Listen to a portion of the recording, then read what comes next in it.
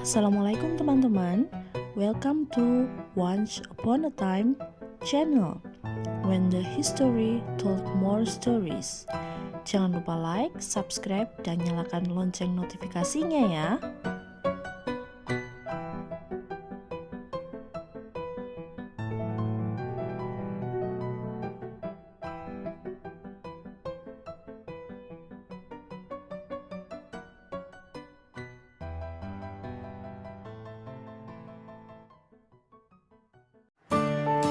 Setelah sebelumnya kita sudah bahas kebijakan-kebijakan yang bikin geleng-geleng kepala saking kontroversialnya, masih ada satu pertanyaan yang belum terjawab, yaitu dari mana dana untuk merealisasikan politik mercusuar yang biayanya pasti tidak sedikit. Padahal perekonomian kita juga belum stabil-stabil amat. Dana yang dikeluarkan negara dalam rangka membangun mega proyek rancangan Soekarno ini sangatlah besar.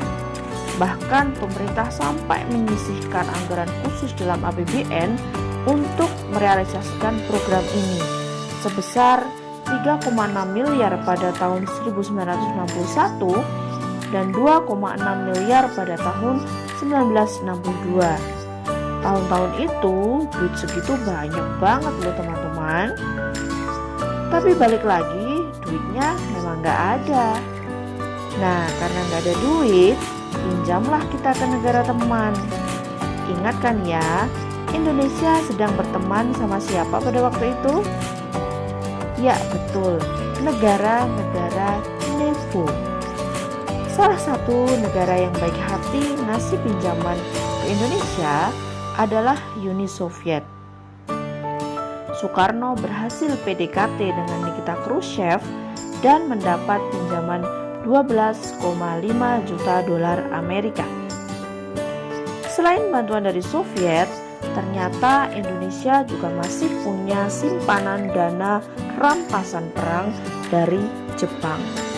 Lumayan lah buat tambah-tambah, bisa bergaya nih sekarang. Tapi sebenarnya bagaimana sih keadaan ekonomi kita pada waktu itu? Apakah pemerintah punya effort untuk memperbaiki keuangan negara? Ataukah Indonesia hanya fokus pencitraan saja?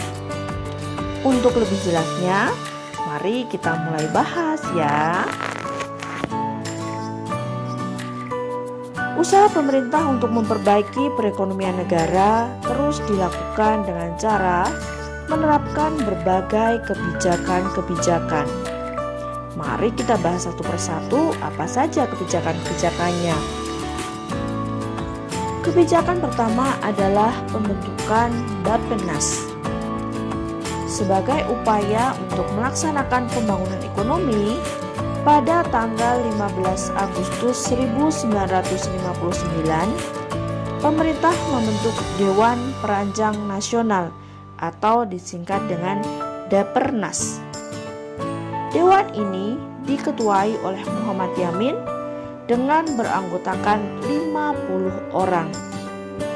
Setelah berdiri selama 4 tahun, pada tahun 1963, Presiden Soekarno mengganti namanya menjadi Bappenas.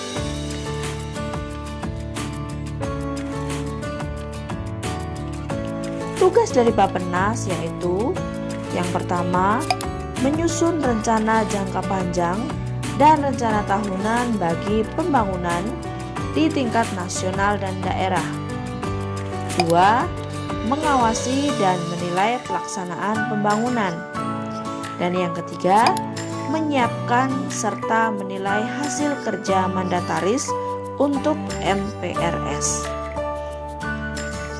Kebijakan yang kedua adalah penurunan nilai mata uang atau nama kerennya devaluasi. Pada tanggal 25 Agustus 1959, pemerintah mengumumkan keputusan mengenai penurunan nilai mata uang, di mana keputusan ini berisi 1.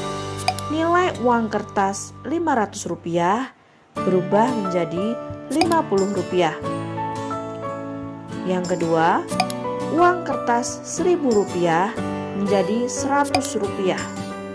Serta yang ketiga, membekukan semua simpanan di bank yang melebihi Rp25.000.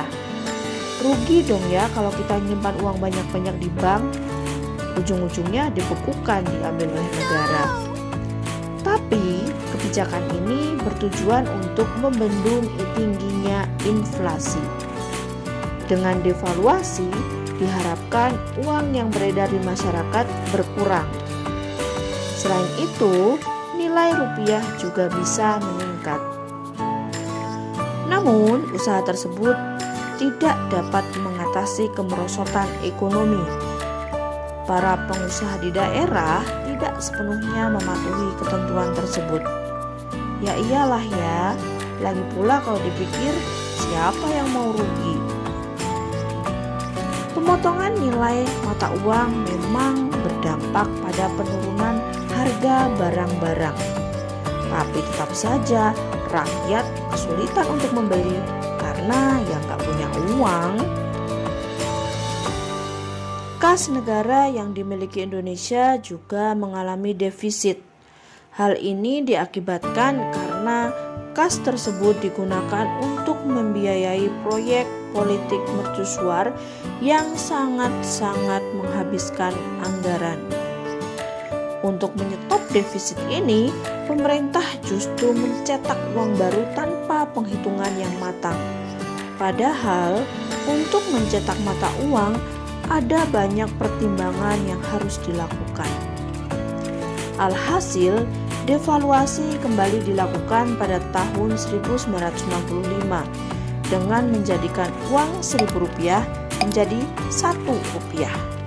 Tapi akibatnya bukan malah berkurang, inflasi justru semakin parah. Indonesia mengalami hyperinflasi pada 1963 sampai 1965. Pada tahun ini, inflasi mencapai 600%. Kebijakan yang ketiga adalah deklarasi ekonomi atau DEKON. Untuk memperbaiki ekonomi secara menyeluruh, pada tanggal 28 Maret 1963, pemerintah mengeluarkan deklarasi ekonomi yang berisi 14 peraturan pokok. DEKON dikeluarkan sebagai strategi untuk menyukseskan pembangunan yang dirancang oleh Bappenas. Pemerintah menyatakan bahwa sistem ekonomi Indonesia berdikari, artinya adalah berdiri di atas kaki sendiri, atau nama lainnya mandiri. Tujuan DEKON yaitu untuk menciptakan ekonomi yang bersifat nasional, demokratis, dan bebas dari sisa-sisa imperialis. Sayangnya, DEKON nggak mampu mengatasi kesulitan ekonomi dan masalah inflasi. DEKON justru mengakibatkan stagnasi bagi perekonomian Indonesia. Kegagalan DEKON ini disebabkan antara lain tidak terwujudnya pinjaman dari IMF sebesar 400 juta dolar Amerika. Secara umum, perekonomian Indonesia sebenarnya juga terganggu karena pemutusan hubungan diplomatik dengan Malaysia. Selain itu, konfrontasi dengan Malaysia dan negara-negara barat lainnya juga mempengaruhi kemerosotan ekonomi. Kembali lagi ke kebijakan pemerintah. Kebijakan pemerintah yang keempat yaitu meningkatkan perdagangan dan perkreditan luar negeri. Sebagai langkah dari ekonomi berdikari, pemerintah berusaha membangkitkan sektor agraris yang menjadi ciri khas perekonomian Indonesia.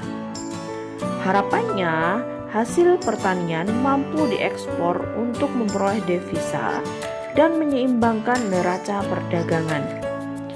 Untuk merealisasikan rencana ini, pemerintah juga membentuk Komando Tertinggi Operasi Ekonomi dan Kesatuan Operasi. Kebijakan selanjutnya adalah peleburan bank. Presiden berusaha menyatukan semua bank negara dalam satu bank sentral. Lewat Perpres nomor 7 tahun 1965, didirikan Bank Tunggal milik negara yang berfungsi sebagai bank sirkulasi, bank sentral, sekaligus bank umum. Bank ini diberi nama Bank Indonesia. Meskipun pemerintah telah berusaha untuk memperbaiki keadaan ekonomi dengan mengeluarkan berbagai macam kebijakan, nyatanya kebijakan-kebijakan tersebut tidak mampu membendung adanya krisis. Menurut saya sih, krisis ekonomi yang terjadi pada masa Orde Lama kebanyakan disebabkan oleh pengambilan keputusan yang kurang tepat dan spekulasi yang kurang matang. Kalau menurut kalian, apa penyebab krisis-krisis tersebut? Coba jawab di kolom komentar ya.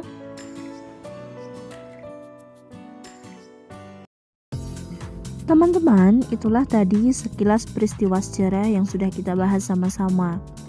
Terkadang sejarah menyimpan cerita-cerita menarik yang bahkan belum kita ketahui sebelumnya.